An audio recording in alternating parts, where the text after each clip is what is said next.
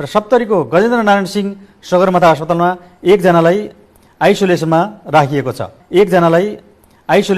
राखिएको छ। आइसोलेसन बेडमा सप्तरी जिल्लामा जम्मा 3 जना हुनुहुन्छ। सप्तरी जिल्लामा जम्मा 3 जना हुनुहुन्छ। हिजोको हाम्रो मिडिया ब्रिफिङमा 12 जिल्लामा 14 जना यो आइसोलेसनमा राखिएको रिपोर्ट प्राप्त हुन आएको थियो। त्यसलाई हामीले आज करेक्सन गरेका थियौँ। 14 जना होइन 2 जना मात्रै हुनुहुँदो रहेछ। त्यसलाई हामीले आज करेक्सन गरेका थियौँ। 14 जना होइन 2 जना मात्रै हुनुहुँदो रहेछ। त्यसगरी अन्त्यमा पर्सा जिल्लामा 14 वटा क्वारेन्टाइनमा 286 वटा बेड क्षमता छ, जहाँ 863 जना 286 वटा बेड क्षमता छ, जहाँ 863 जना 286 वटा बेड क्षमता छ, जहाँ 863 जना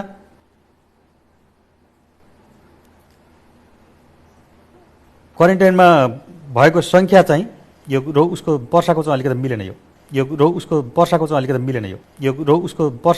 मिलेन। यो पर्सा जिल्लामा 14 वटा क्वारेन्टाइन छ। अहिले तत्काल चाहिँ क्वारेन्टाइनमा भएको संख्या हामीलाई प्राप्त भएको संख्या चाहिँ 863 जना छ।